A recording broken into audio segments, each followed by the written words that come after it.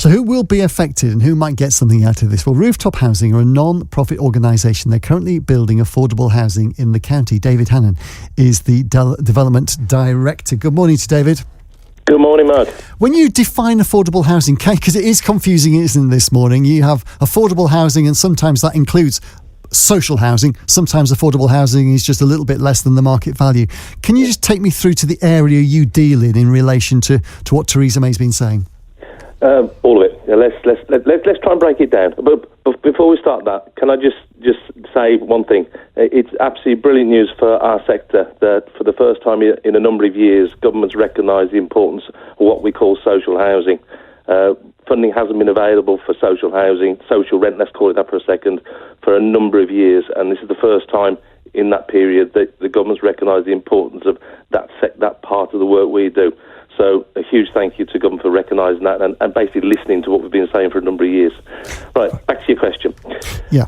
Affordable housing. We have a thing called affordable rent, and I've been on your show before and explained what that is. And it's the rent that we charge our residents, which is 80% of the equivalent market rent. Then we have a thing called shared ownership, which I've talked about before, which is you can buy a home. You buy a portion of your home through a mortgage, and you pay a small rent. And that makes it affordable. So that falls into the category of affordable housing as well. And then we move to social rents, which is the traditional thing that housing associations have always done, and a vast majority of our tenants still pay as social rents.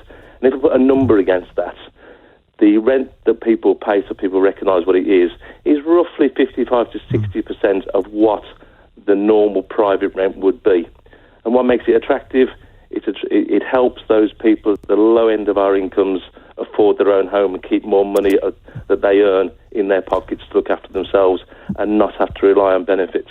Now, you will have heard Paul's assessment looking through the maths, because the 2 billion sounds great and you have embraced that, understandably. Yeah. But when you drill it down to the figures, as we just have, do you feel, having heard that, it will make an impact or a significant impact in the county? Of course it'll make an impact.